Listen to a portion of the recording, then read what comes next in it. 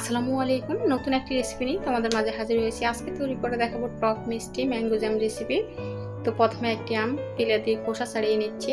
আর এই আমটা একেবারে পাকা না, আবার একেবারে কাঁচা না, এরকম আধা পাকা আম দিয়ে ম্যাঙ্গো জ্যাম তৈরি করলে অনেক বেশি সুস্বাদু হয়, কালারটাও অনেক বেশি সুন্দর হয়। আর টক মিষ্টির যে ব্যালেন্সটা সেটাও কিন্তু একদম পারফেক্ট থাকে। অফ ক্যামেরা আরও দুটো আম খোসা ছাড়িয়ে পিলার দিয়ে পাতলা স্লাইস করে কেটে নিয়েছি।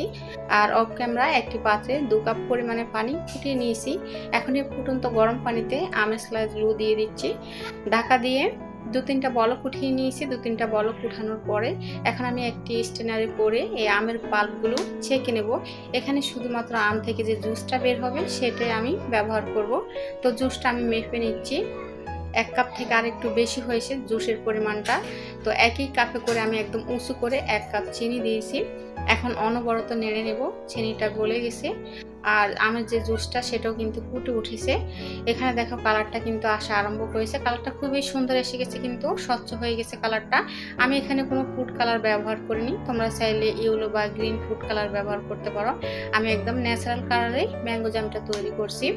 কয়েক মিনিট নাড়ার পর দেখবে এটা ঘন হতে আরম্ভ করেছে। আর একটি পাত্রে পানি দিয়ে আমি এখানে আমের যে ম্যাঙ্গো জ্যামটাকে পরীক্ষা করে নিচ্ছি।